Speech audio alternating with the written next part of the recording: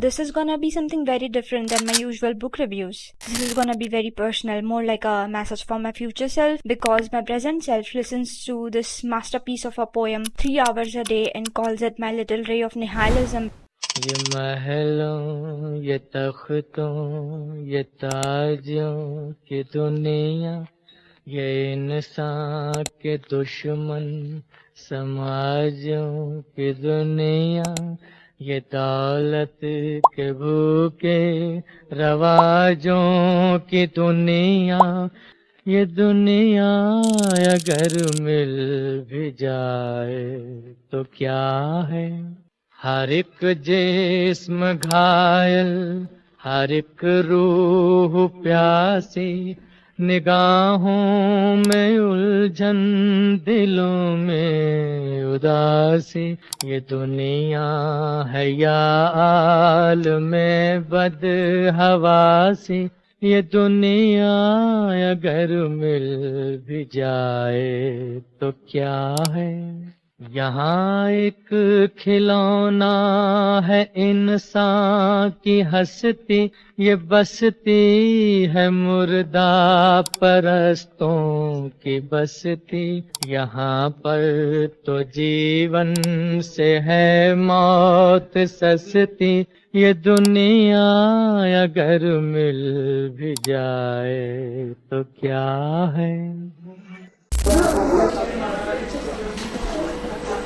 For those of you who don't know, this is from Guru Dutt's 1957 masterpiece movie called Pyasa, which is the cinematic equivalent of a beautifully written existential crisis. It is like what would have happened if Dostoevsky wrote a Bollywood story about a tortured poet who is rejected by love, society and capitalism, wandering through the ruins of human decency with a soundtrack. It is depression, but with amazing music and lyrics. It is my comfort movie, the same way Crime and Punishment is my comfort read. So if you haven't seen this movie, you can watch this because it is set to be re-released in August in India and in some selected countries, featuring 4K restored versions of Dutt's other 4 films like Chaudhary Ka Chand and Aar-Paar.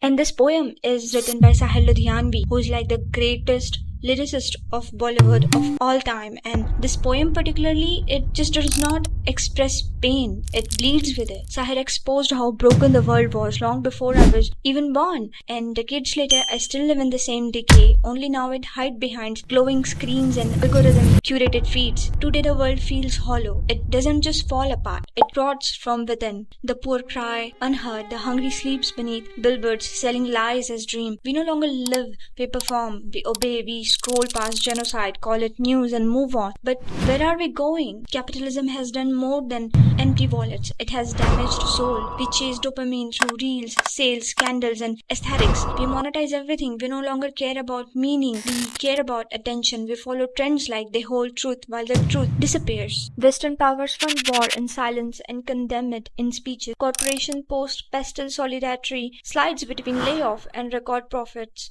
Influencers sell skincare by ring light while countries bleed off screen. Crowds rush for lip gloss, plastic bottles and viral junk while the planet burns in the background. We have turned caring into a performance. As long as it stays free, we say everything sitting behind in a comfortable chair with a mic in front. We hear nothing, and here's the hardest truth. Pyasa warned us, but we didn't listen. We turned the warning into content. We just don't go blind. We choose to be complicit. This isn't tragedy anymore. It's a clearance sale of conscious attention and the soul.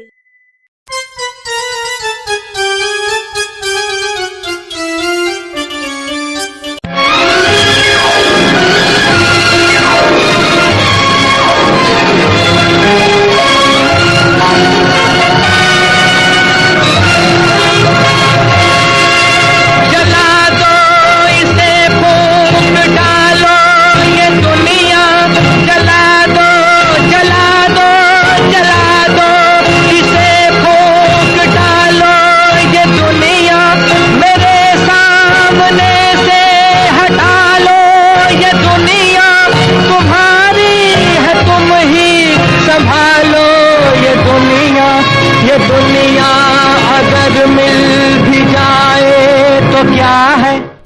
never saw today's wars, climate collapse, and endless injustice, but he still rejected this dunya. But was he right? I mean, these last verses of the poem are the whole thing behind today's video. Should we or should we not abandon and reject this dunya? I mean, sometimes I want to do the same as Sahir, just walk away, leave everything behind. I mean, what is the point of school, job, life, when the world burns and leaders lie? In a society where most of the population is struggling for basic necessities, where few people have so much resources that they can stop entire cities for their tacky weddings, I feel lost and see no point in it. I just do my stupid 10 to 7 job because सच्ची बताऊं तो इधर जहर खाने के भी पैसे नहीं है. At this point, just call me Joe March because money is the end and aim of my mercenary existence. And every time this darkness pull me under, I return to the one place that gives me clarity, my faith. And while recording this for my YouTube channel, I just want to clarify that I don't claim to be a pious person, and this is just me motivating, recording the teaching of Islam for my future self, because I am sick of the culture thing where people keep saying that wanting money is bad, wanting this dunya is bad, we should all just leave this dunya and focus on akhirah. And I'm not saying that we should all start worshipping this dunya and money and forget about akhirah, but we don't have to go to such extremes. There is a spectrum. We can try to find a balance.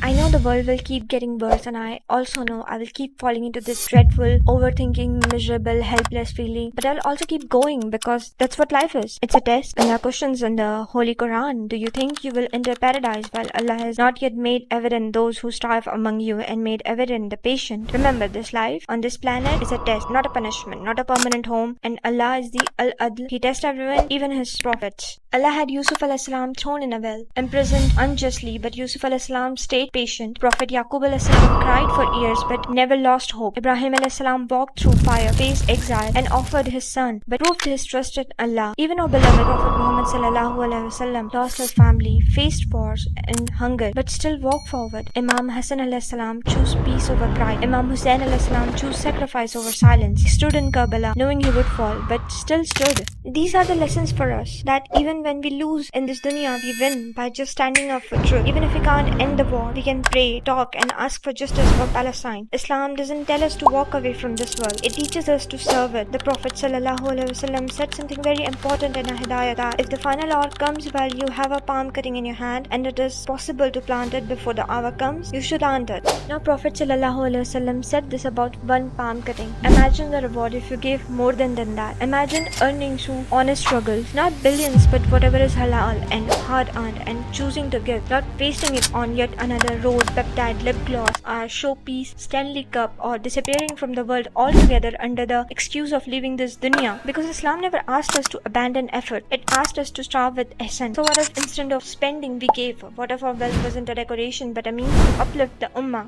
Khadija rahmatullah alayha was the wealthiest woman in Makkah but gave every coin for Islam, fed the poor in secret. Uthman ibn Affan rahmatullah alayhi bought wells for the thirsty and built mosques for people. He gave so much in charity that even Prophet sallallahu alaihi wasallam said nothing will harm Uthman after today. Abdul Rahman ibn Auf came to Medina only with his trade skills and built an empire of wealth only to give it all away. He funded armies, fed orphans, and emptied his hands for the sake of the ummah. Fatima al-Fahri inherited gold but built a university. She laid the foundations of Al-Qarawiyyan where knowledge would outlive kings. Salahuddin Ayyubi ruled empires but lived like a servant. He freed Jerusalem, forgave enemies, and died with barely a dinar. Imam Zainul Abidin gave in secret, delivering bread in the night, and only after his death did the poor realize who had fed them all along. And granted, we won't be able to do as these great Ansar al-Din did. We might even fail in our struggles, but Allah is the Al-Basir. He sees our niyat and our efforts, not the results. Even our smallest act matter. A smile, a kind word, a donation, a stand for justice. Even if the world doesn't notice, Allah does. So when the world burns, we must pour water, even if we hold only a drop.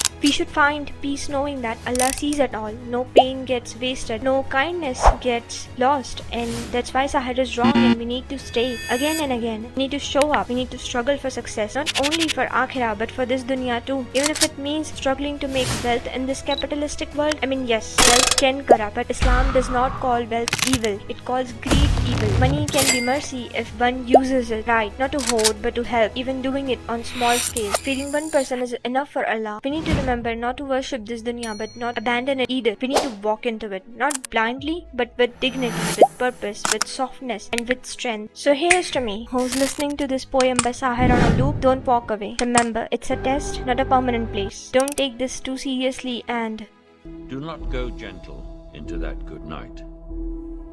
Rage. Rage against the dying of the light.